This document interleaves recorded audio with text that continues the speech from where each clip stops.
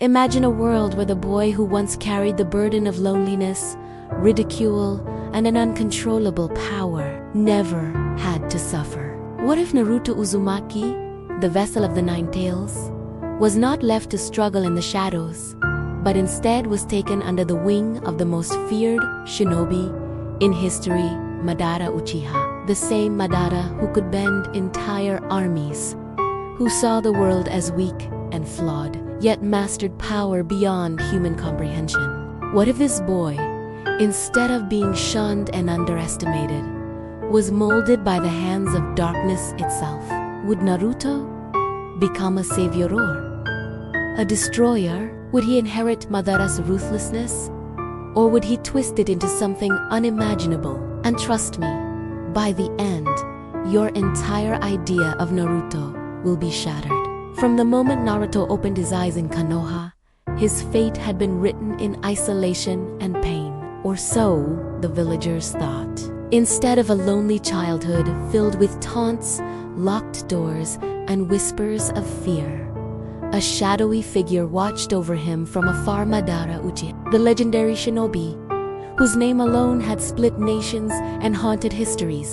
Unlike the others, Madara did not see the boy as a mere vessel of the Nine Tails. He saw potential, a raw, untamed force that, under his guidance, could surpass even the gods of the Shinobi World. He arrived silently one night, cloaked not only in darkness, but in purpose, snatching the infant Naruto from the arms of fate before the third Hokage could condemn him to a life of loneliness.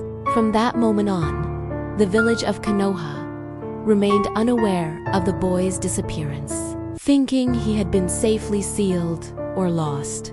Madara's training began not as a gentle mentorship, but as an unyielding crucible. Naruto was immersed in the harshest forms of combat from his earliest memory, learning chakra control, taijutsu, and ninjutsu before he even took his first steps outside. Unlike the playful guidance of Jiraiya or the well-meaning yet ineffective interventions of Madara's lessons were absolute. Survival demanded ruthlessness, power was the only law, and emotions were weapons to be mastered or discarded. Under Madara's tutelage, Naruto's personality shifted in subtle but profound ways. His innate optimism and stubbornness were not erased. Instead, they were sharpened, refined into relentless determination. He learned to channel his rage and his fear, to see every obstacle as a tool for growth. Where once he had been clumsy, desperate for attention, he became precise, calculating, and terrifyingly capable. The Nine Tails, far from a curse, became a partner. Its immense chakra intertwined seamlessly with his own through techniques. Madara devised techniques that even the Uchiha had never dared to attempt. By the time Naruto reached the age most shinobi entered the academy, he had already surpassed many Jonin in skill and power. He could summon wind and fire simultaneously, bend chakra to his will in ways that others could only dream of, and move faster than the eye could follow. His control over Kurama was near perfect, the beast responding to his commands rather than the other way around. Madara, ever the strategist, instilled in him the concept of fear as a weapon. Not cruelty for its own sake, but leverage, precision, dominance. Naruto's smile, once a beacon of hope, now carried a sharp edge, a warning that this was a force to be reckoned with. The first major test came when Naruto, now a child of 10, encountered the remnants of rogue ninja who had infiltrated the outskirts of the land of fire. While any ordinary child would have run or been overwhelmed, Naruto fought with cold efficiency. He manipulated his chakra to create clones that operated in perfect synchronicity, each capable of lethal force. Within minutes, the intruders were incapacitated, their fear palpable as they realized the monster before them was still a child. News of a mysterious, unparalleled force reached Konoha, yet no one could identify its source. Even Madara was meticulous in teaching the boy subtlety. Naruto learned espionage, psychological warfare, and deception. He wasn't merely a weapon, he was a shadow, an unseen presence capable of toppling leaders without ever revealing his face. He studied history, philosophy, and tactics, absorbing the failures of both the Uchiha and Senju clans. By merging Madara's ruthless ideology with his own innate empathy, Naruto began to form a worldview unlike any shinobi before him. Strength without compassion was tyranny, but compassion without strength was futility. Konoha, meanwhile, remained blissfully unaware of the boy who had been taken from them. The Hokage's meetings were filled with discussions of new threats, the rise of rogue ninjas, and speculation over the Nine-Tails' influence. Yet they had no idea that the very creature they feared had already been tamed not through sealing or suppression, but through alliance. The world outside was changing faster than they realized, shaped by the hand of a child who had been molded by a god of war. Naruto's adolescence was marked by trials that would have broken ordinary Madara subjected him to battles against elite clones, dangerous beasts, and even illusions that challenged the mind and spirit. Each victory strengthened him, but each defeat taught restraint, patience, and strategy. Over time, Naruto learned to anticipate, manipulate, and even predict enemy behavior, a skill that would one day make him not just a warrior, but a legend. Yet despite the darkness, Madara allowed moments of humanity. He taught Naruto not to abandon his emotions, but to integrate them. Anger became precision, love became loyalty, fear became insight. Naruto's laughter, though rarer, carried a weight that drew allies and commanded respect. When he smiled, it was no longer the desperate grin of a lonely boy. It was the confident expression of someone who knew power and knew how to wield it. By age 12, Naruto was ready to step into the world that had once mocked him.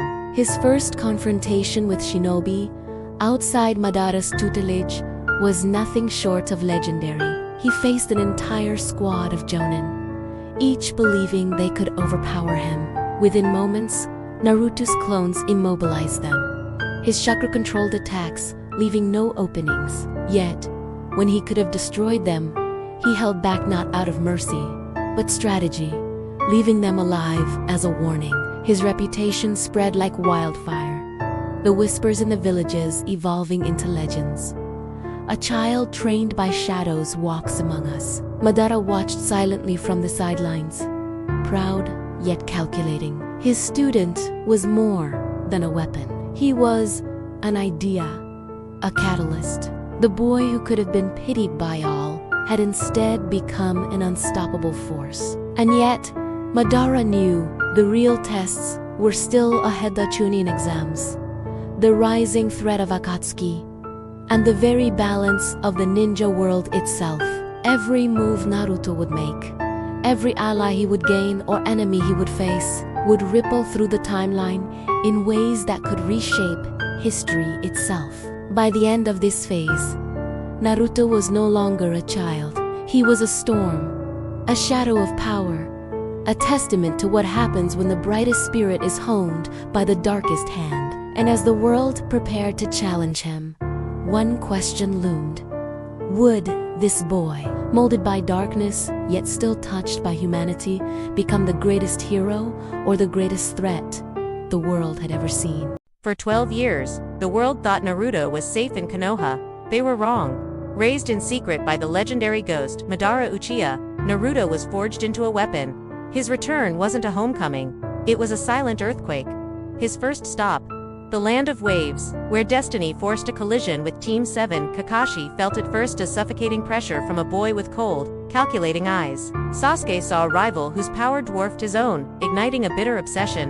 When Gato's thugs cornered Naruto, he dismantled them with terrifying precision, not as a shinobi, but as a force of nature. The confrontation was inevitable. Kakashi demanded his name.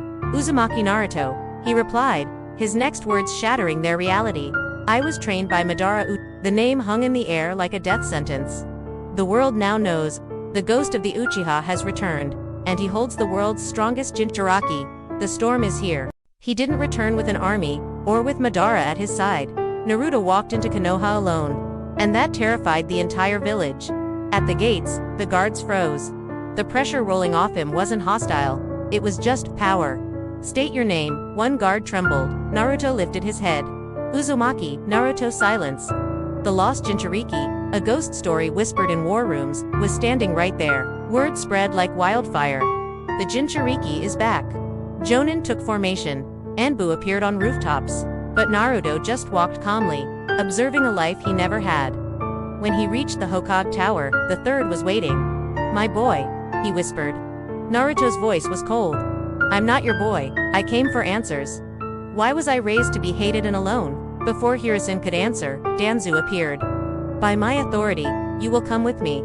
But with a single flick of chakra, Naruto non-violently disabled all of Danzu's root operatives. Everyone froze. This wasn't the boy they knew. This was something else entirely. Naruto stood atop the Hokage monument, watching Konoha's lights. This village, the one that should have been his home, had become a battlefield of emotions. Madara wanted him to rule it. The Hokage wanted him to forgive it. Everyone wanted something from him.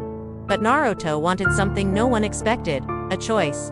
A life he chose, not one forced upon him. This desire alone was enough to scare every major power in the Shinobi world.